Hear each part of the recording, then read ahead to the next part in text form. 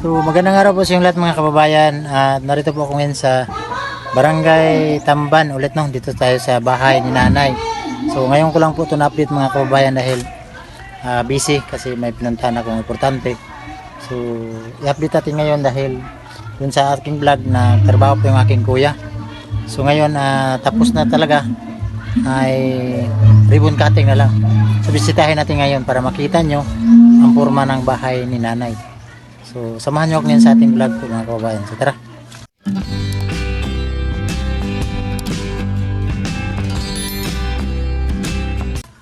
So dito pa rin kami ngayon sa, kita nyo ito yung dito namin kinakarga yung mga materialis pa taas.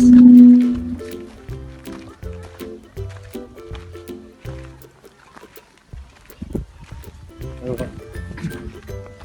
Ayan. Yan po mga kababayan, no?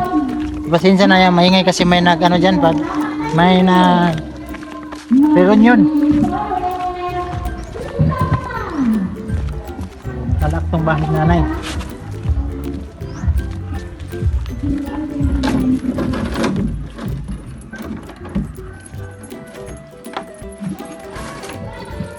Buksan natin to.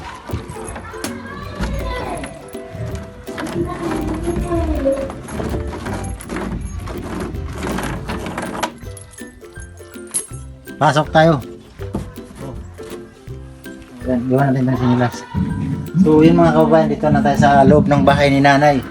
So ngayon ay pakita ko sa inyo yung para makita nyo ba, kaya binablog ko to para makita nyo yung loob. So ayan, ito yung lababo ni nanay. Hugasan niya ng plato. Ito yung lagayan ng mga kuan. Dito lagayan ng tawag ito, mga baso, plato, mga pinggan dito. So ito yung abuhan niya, simple lang, para kaya linagyan namin to ng kuhan, ito yero, para kung mainit hindi masunog. At dito din yero din dito. Ito yung kartahan mga kababayan. So may mga gamit na to ni nanay kasi hindi ko lang ito na vlog. So kahapon pumunta siya dito pala, yung gamit niya dinala niya na dito. Ayan o, dito yung kwarto niya na napakalaking kwarto. Malakabak yung kwarto niya. May mga radyo pa si nanay dito. May mga radyo. Ito yung mga sa unang radyo po mga kababayan. Sino yung nakahalala dito? May music. May nagano kasi dyan, may anong tawag ba? Nagawin yun. So ito na po ang forma ng bahay ni nanay. So dito may bintana siya para matingnan niya yung mga marites dyan. Yung mga marites makita niya. Dito yung kwarto niya. Malaki ito. So, napakaganda mga kababayan. At matibay talaga to.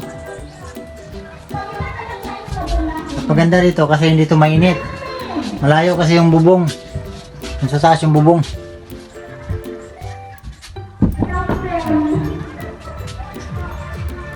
Dito sala.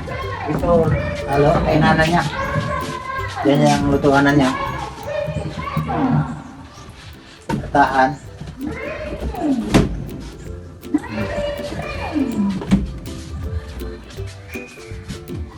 Sarado na. Pagtingin niya dito, kita niya ulit yung mga marites dito sa labas. Napakalamig. So natapos na talaga, kaya i-clearing to natin ngayon para finish na lahat ba. Kasi bukas, siguro kasi ngayon ay Sabado. Siguro sa Monday ang ribbon cutting dito. Si nanay lang man at saka yung anak niya. At saka yung nag-ribbon sa ribbon cutting sa bahay ni tatay, yun dun sa Oregon, yung pinagawa ni Ate Ying. So siya din yung mag-pray dito sa ribbon cutting para kahit pa paano ang bahay na siyempre magpasalamat talaga tayo sa Diyos kasi itong bahay hindi man to sa atin, sa kanya. Although ako yung tulay na nakabot to kang nanay na may taong ginamit para matulungan si nanay. So magpasalamat tayo sa Panginoon, no? Sa kanya kasi lahat ng nangyayari sa atin ay sa kanya. So kaya kahit maliit na bahay, malaki ang ating natanggap ng mga blessing, ay magpasalamat tayo sa Diyos kasi sa kanya galing lahat ng mga biyayang dumarating sa atin. So ito yung division niya. Napaka tibay itong mga kababayan kasi makapal to plywood. So ang gastos dito sa ano na lang, sa pag ribbon cutting na lang para doon talaga natin malaman kung magkano ang ginastos ng bahay ni nanay. Siyempre maging transparent tayo sa ating sponsor na nagbigay dito kasi hindi biro yung sakripisyo na inalay nila sa ibang bansa para makatulong sa ating mga kababayan.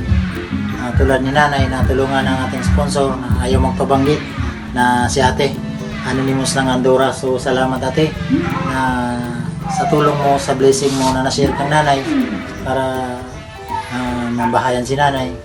Kahit pa paano ay si nanay, napakasaya ni nanay kasi yun nga, nagtrabaho si kuya dito ay binabantayan niya talaga tong bahay na kailan matapos. Yun nga ay kahapon wala ako dito, pagkatapos daw kinabukasan pumunta agad siya dito na siya natulog siguro kasi nakita niya may mga gamit niya dito. So dito natulog yung matanda. So salamat talaga ate sa blessing mo na na-share niyo sa ating mga kababayan. Ako lang yung tulay na bakit dumating yung blessing na sa tao na tulungan natin. So wala man kaming maganti sa inyo. Siyempre ang pagpasalamat lang, no? Kasi hindi biro yung pagbigay mo dito sa ating mga kababayan na bahay. Alam ko na walang taong magbigay dito, pero walang imposible sa Panginoon pag may taong gagamitin, ano? So, ito kahit mali ito ay napakasaya na ni nanay dito kasi yung bahay niya po mga kababayan ay hindi talaga safety yung bahay niya kasi doon nga sa ating vlog doon sa part 1 sa kung saan natin nakita si nanay ay delikado talagang buhay ni nanay kasi tayo mumulan baka mabagsak yung bahay, wasak nandun siya sa loob, so delikado. So ngayon ay okay na talaga tong bahay, ay masaya na siguro yung si nanay kasi napaka-excited niya matapos to. So yun mga kababayan, galing kami doon sa bahay ni nanay para sa pag-update doon sa bahay niya kasi natapos na. So dito lang tayo sa sasakyan mga kababayan dahil doon sa bahay ni nanay may nagre-reunion ba. So may mga music. So makapirate tayo sa YouTube. Bawal kasi YouTube yung may mga music. So dito tayo sa sasakyan. So tabi muna tayo ba kasi may masikip kasi yung kalsada dito. So pasensya na po mga kababayan dahil hindi ko na update ulit, balik agad yung kasi may nasikaso pa akong importante, no. So natagalan tayo sa pag-update sa bahay ni nanay kasi nung last upload ko pagkahapon noon natapos na. So ngayon ko lang na upload, nabalikan ulit para sa pag-clearing kasi natapos na nga. So pagkatapos ngayon pinabukasan lumipat si nanay, yung mga gamit niya dinala niya doon, parang doon niya sa natulog. So siguro Sunday either Monday ma-blessingan natin yon para sa pag-ribbon cutting, no. Kasi ngayon kasi bukas ay Sunday, so kailangan natin magsimba. So Monday siguro para mablisingan na yan para si nanay ulit safety na si nanay ba, lipat na siya. So pamilya pa kasi na ng gamit, so kailangan pa yan ng mga pangailangan niya sa bahay, mga bigas, kung ano yung kailangan niya kasi may nagtulong. So magpasalamat lang ako sa mga sponsor. Magpasalamat ako lalo kang ate na ayaw niya magpabanggit ang pangalan, siya nagbigay ng mga gamit sa pangailangan sa bahay ni nanay. So Anonymous ng Los Angeles, California, salamat ate. So happy birthday ate sa iyo. Sana marami pang mga blessing na darating sa iyo sa yung mga blessing na na-share sa amin, lalo na kang nanay, natulungan mo, salamat. So si ate po ngayon out of town, so parang may ano kasi baka masagit tayo dito. Masikip kasi yung daan mga kababayan, kaya dito kasi kami sa sasakyan kasi maingay doon. Mahirap naman na ano natin yung music nila kasi nagkasayahan sila doon. So dito tayo sa sasakyan. So itong sasakyan ay sa susunod natin to pag-usapan kung ano yung nangyari sa sasakyan na to. So marami kasing nagko-comment, nag-message na sana yung sasakyan ni Ate Hing na binili.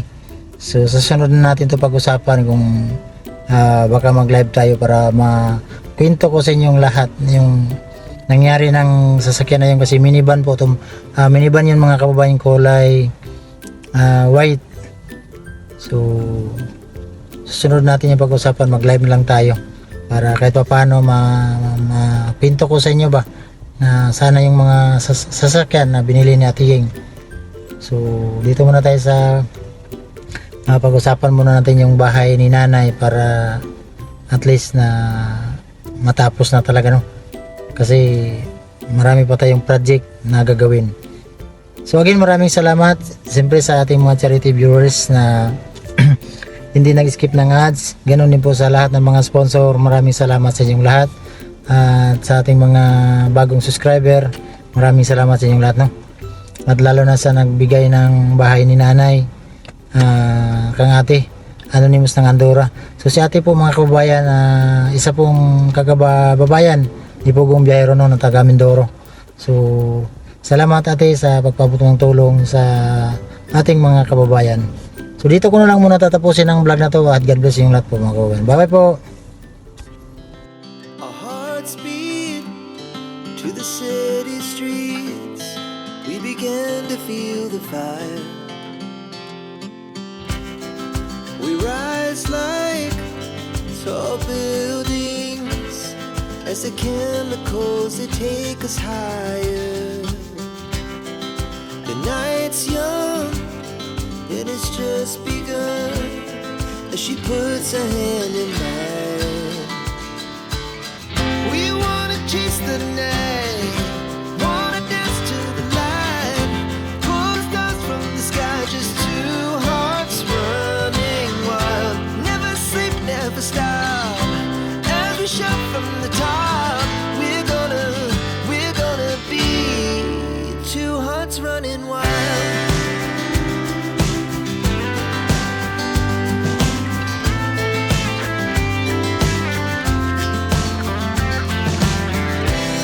Now the morning is the afternoon. We lay awake in bed. The laughs so loud as the hours pass. We're gonna do it all again.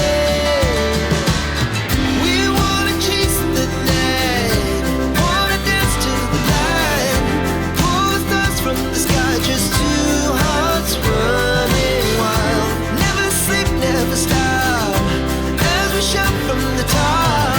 We're gonna be. We're gonna be two hearts running wild.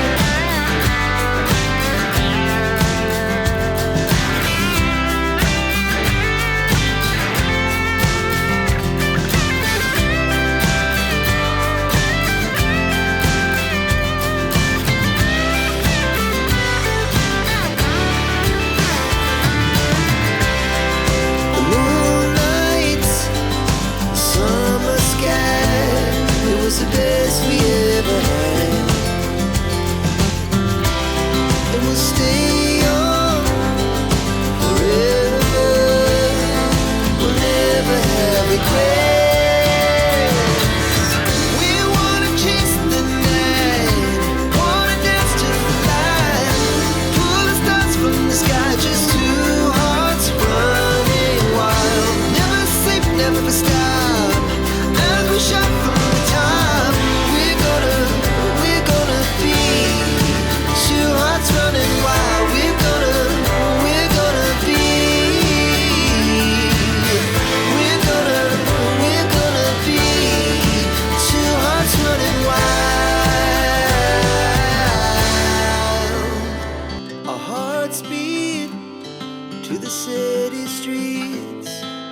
began to feel the fire. We rise like tall buildings as the chemicals, they take us higher. The night's young and it's just begun as she puts her hand in mine. We wanna chase the night, wanna dance to the light, pull stars from the sky, just two hearts running wild. Never sleep, never stop, as we shout from the top. We're gonna be two hearts running wild.